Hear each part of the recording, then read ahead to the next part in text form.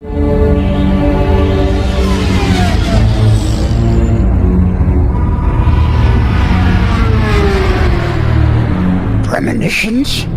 Premonitions? These visions you have. They're of pain, suffering, death. Yourself you speak of? Or someone you know? Someone. Close to you? Yes.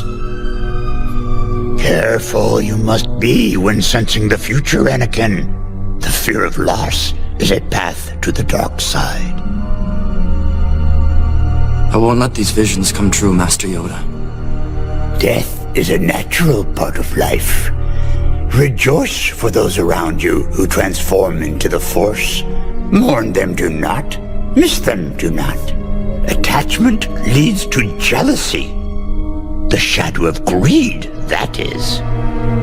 What must I do, Master Yoda? Train yourself to let go of everything you fear to lose.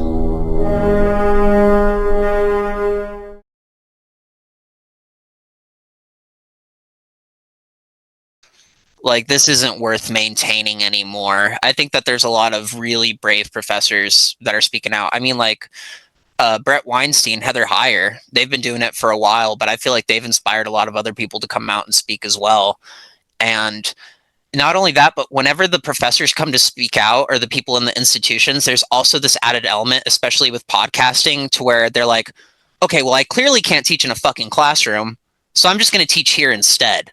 So it's like, as all this is happening, the education and the things that you should be learning in college and paying to get an education for are now becoming more publicly available. I feel like I wouldn't be listening to these lectures and seminars and have a lot of the knowledge I have unless I went to college. And now that we're in this kind of climate, it's kind of helping push this little neo-renaissance, I feel like, to where more people are getting educated on a lot of fronts. I would agree with that. One of my favorite financial YouTubers is Patrick Boyle, and he initially started putting some of his class content on YouTube and speaking very awkwardly and stiffly, but he eventually transitioned to become a lot smoother of a speaker, and he went into making mini documentaries and giving informed financial commentary on news events. So while there was a lot of academic content on YouTube before, including one of my favorite classics courses taught by Professor Donald Kagan, the pandemic seems to have pushed a lot of existing academics and professionals into making their stuff more available on YouTube. Yeah, and it's really nice. And to like you said, watch the evolution in these people. Like Blair White, early on in her YouTube, kind of awkward, kind of finicky, kind of soft-spoken. Blair White now, bad motherfucking bitch. And so many other people too. You just kind of see them leveling up and up and up. And podcasting and interviewing and doing this kind of stuff really opens up a lot of avenues. You know, I'm kind of starting to feel that too, where people are starting to reach out to me for crazy things that I'm like, had no idea I would be asked to do or look into or be a part of, like 4 or 5 months ago when I started this. Like, if someone out there is listening to this and you got something to say, chances are people want to hear it, and people have been pretty damn kind. I mean, I'm coming from the background that I'm coming from. Like 99% of the people have been, you go, keep doing it, find others, thank you for speaking out. And that can apply for doctors and cops and paramedics and professors and really just about anybody. Like, people's ears right now are open. You just gotta push through the algorithm, push through the censorship, and make yourself heard.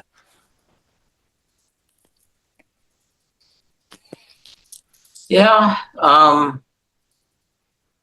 logarithmic annoyances are a constant headache, but I'm finding a lot of small YouTubers with good things to say finally being recommended to me. So yeah, I've noticed that with the LGBT community. I've had like a lot of younger, like 20-something-year-olds. I've noticed are speaking out. They're coming onto my homepage, and I'm just like, huh.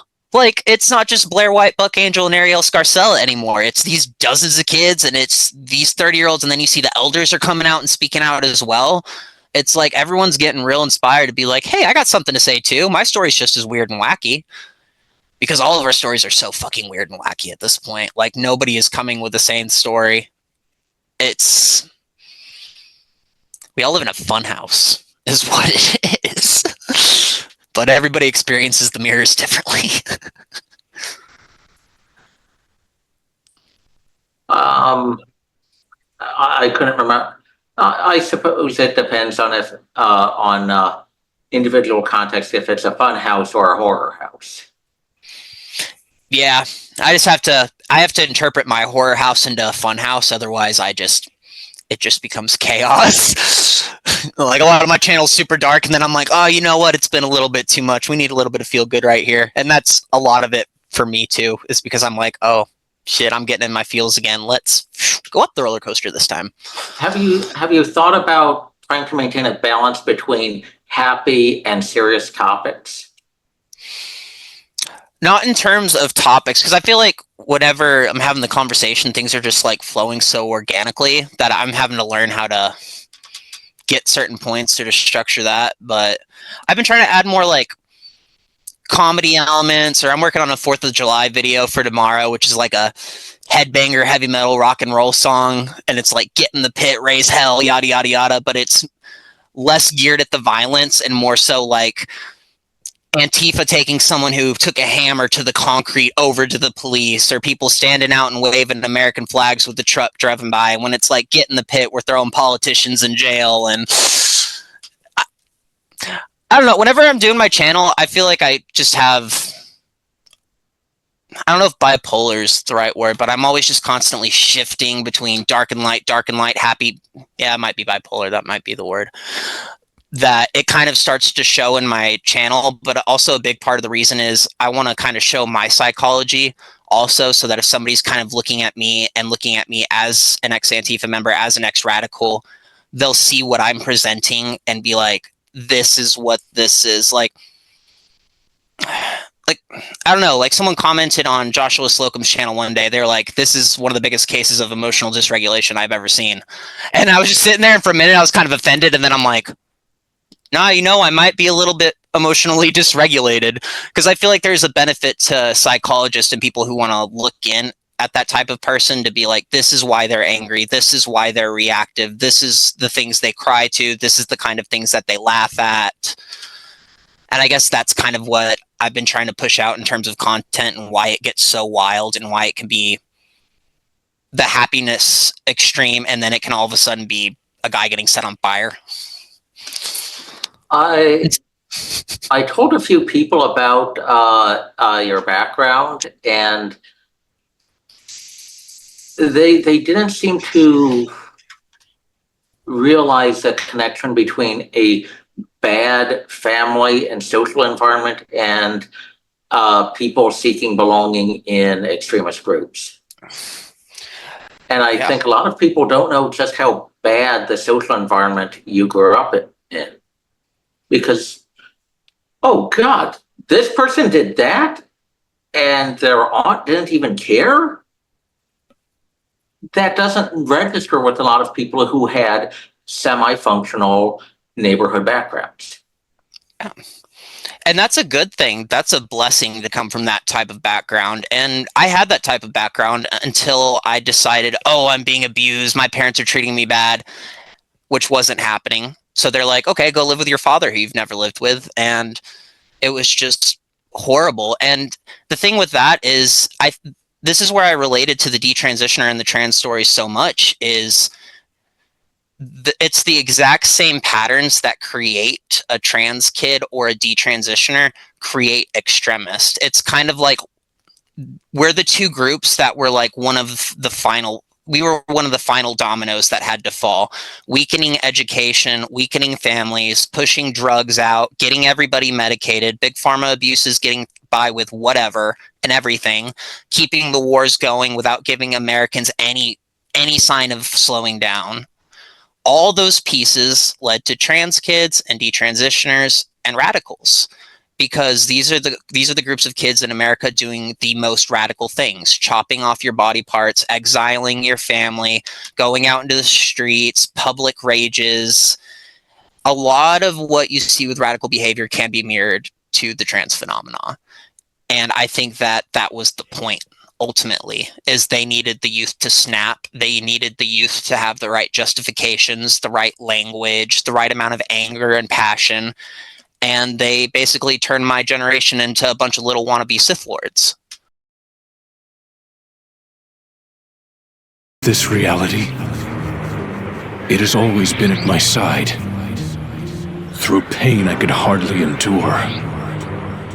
Yes, this is part of me. One of the very great things that C.G. Jung contributed to mankind's understanding was the concept of the shadow. That everybody has a shadow, and that the main task of the psychotherapist is to do what he called to integrate the evil,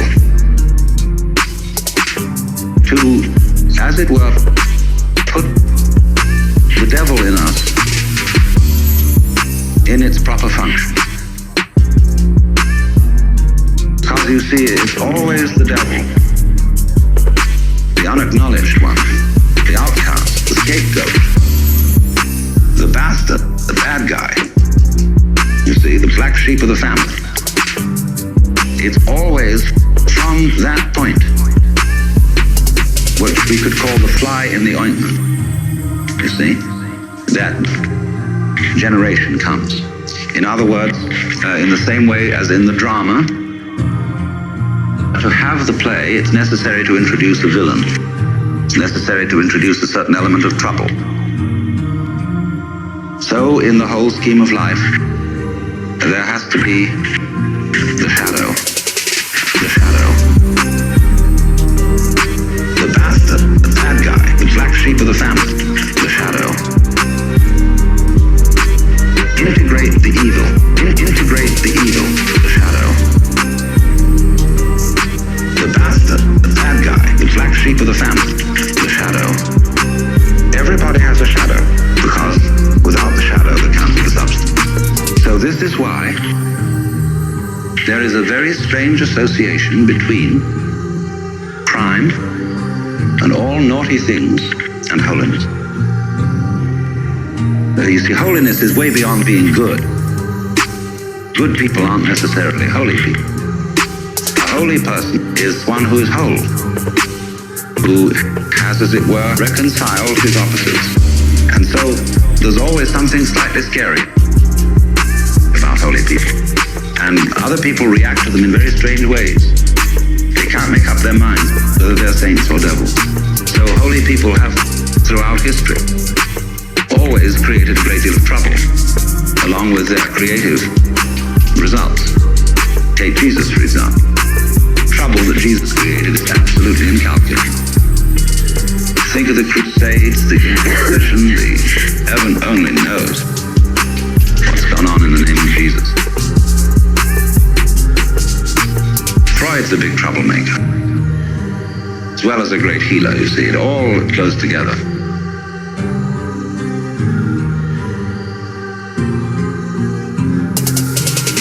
The shadow. The bastard, the bad guy, the black sheep of the family. The shadow. Integrate the evil. Integrate the evil. The shadow. The bastard, the bad guy, the black sheep of the family. The shadow. Everybody has a shadow, because without the shadow there can't be the substance.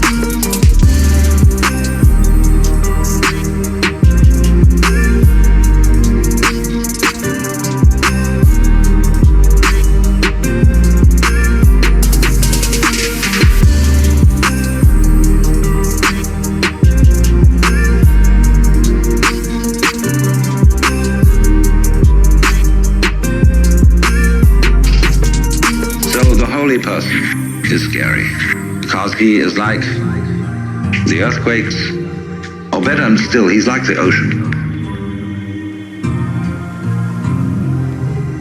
See, the ocean On a lovely sunny day, you can say, oh, isn't that gorgeous? And you can go into it and relax and float around. But boy, when the storm comes, does that thing get mad? It's terrifying. So there is in us the ocean, you see? And Jung felt that the whole point was to bring the two together by a kind of fantastic honesty, to penetrate one's own motivations to the depths.